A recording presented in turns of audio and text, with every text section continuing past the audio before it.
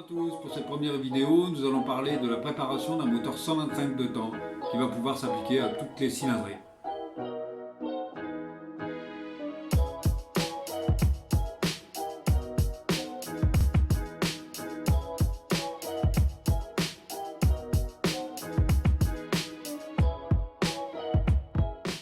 Donc pour la première étape de cette préparation, nous allons directement passer la moto au bain de puissance pour savoir ce qu'elle a dans le ventre.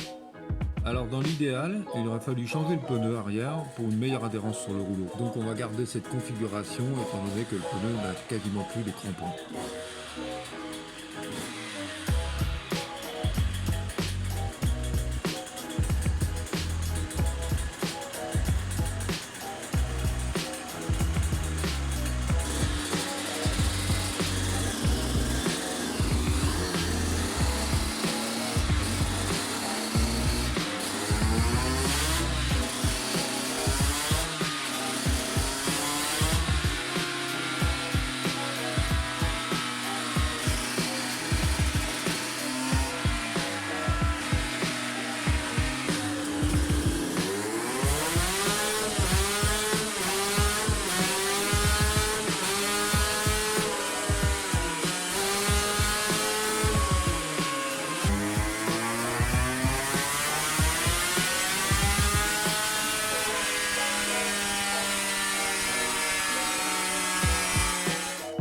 Allez, c'est parti pour cette première étape de la préparation du 125. J'ai démonté la culasse afin de placer 3 écrous qui vont servir de cale,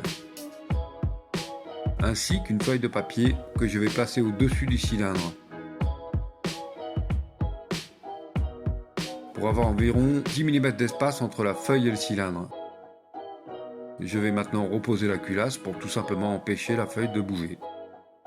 Ensuite, vous mettez 20 à 30 centilitres d'essence suivant la cylindrée dans le bas moteur. A noter que si vous mettez trop d'essence, la feuille sera aspergée et donc illisible. Inversement, s'il n'y en a pas assez, la feuille ne sera pas marquée. On va voir que pour ce premier essai, la quantité est suffisante. Dans un premier temps, ne cherchez pas à faire tourner le vilebrequin trop vite.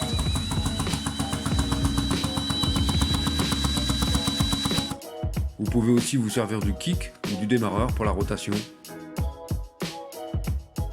Attention, avant la rotation du vilebrequin, prenez soin de débrancher l'allumage. Il y a un risque d'incendie ou de vous prendre une décharge électrique avec l'antiparasite.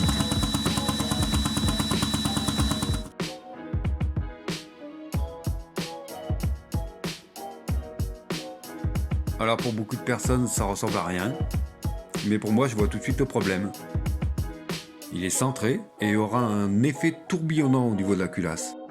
Les gaz frais vont donc se mélanger au gaz brûlé et causer une mauvaise combustion. On voit ici clairement le résultat sur la culasse.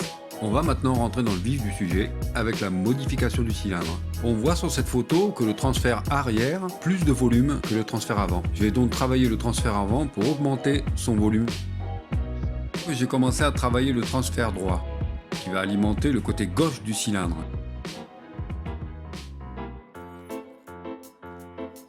Sur la photo suivante, on voit que les deux transferts avant ont pris plus de volume que les deux transferts arrière, ce qui va augmenter l'explosivité de remplissage. On va maintenant remonter l'ensemble du cylindre et refaire un nouvel essai.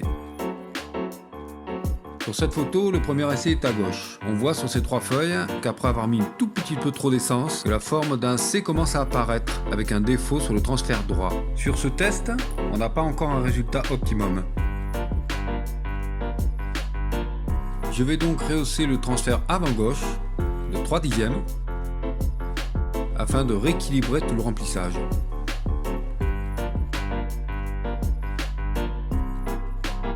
Mais on va voir qu'après le sablage, on va encore l'améliorer. Ici, le montage de l'ancien joint pour protéger l'embase du cylindre. On a quand même encore un petit défaut sur le centre. Mais on va le laisser comme ça. On va voir qu'on aura un effet tout à fait étonnant sur le dernier passage de grande puissance.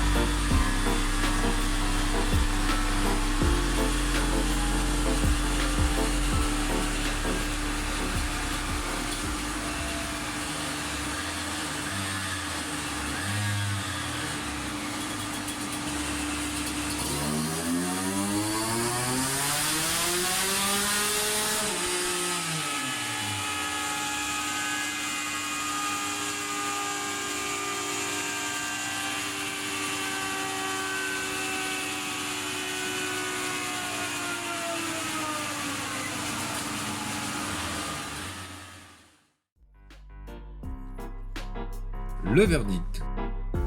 Plus environ 2 chevaux sur quasiment toute la courbe, ce qui est logique puisque j'ai respecté le travail des ingénieurs, car on ne peut pas avoir de tels résultats sans aller dans la même direction. La courbe bleue est un travail recherché, ce n'est pas du hasard. Je vais rajouter quelques conseils. Si vous n'avez aucune connaissance dans les bossages et convections directionnelles, y compris des diamètres et vitesses d'accélération d'un conduit, en vous parlant ainsi de l'explosivité de remplissage, le principal est là dans cette vidéo. La matière qui est enlevée est enlevée. 3 dixièmes pour réajuster, 3 dixièmes pour tout dérégler.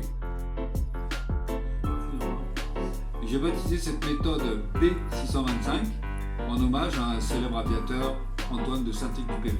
J'espère que cette méthode de préparation vous a bien plu et je vous donne rendez-vous sur une prochaine vidéo, mais cette fois-ci au sujet des suspensions. On va regarder ça de plus près et on va voir tout ce qu'il est possible de faire.